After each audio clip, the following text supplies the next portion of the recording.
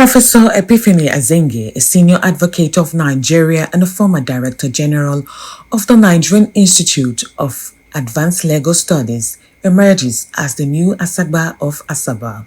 His selection follows the tradition that this time it is a turn of Ugumota Quarter to produce the next Asaba, succeeding the late Obi, Professor Chike Joseph Edozian, the 13th Asagba of Asaba. On our interpretation of our tradition as it's been applied since 1925 and on the Chief and Edicts Act, there is no zoning. If anyone doubts this, Nnago, my father, was Asagba from Ezekwensi in Umueze. The previous Asaba, Asaba Nwokolo, was also from Ezekwensi. So clearly, Asaba has never had internal zoning since this practice was adopted.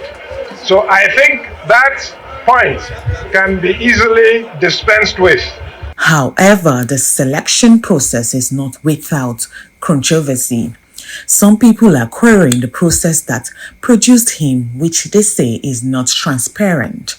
In a show of discontent, they march through the streets of Asaba, displaying placards with various inscriptions calling on the relevant authorities to review the petitions submitted concerning selection process. What we are saying generally, Asaba is saying is that there's a rotation agreement in process, and that rotation agreement is that when the king dies, it goes to another quarter.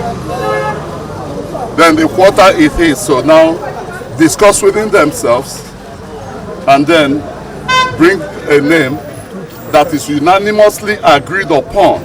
Stage a protest against impunity, against injustice. The process is not transparent at all.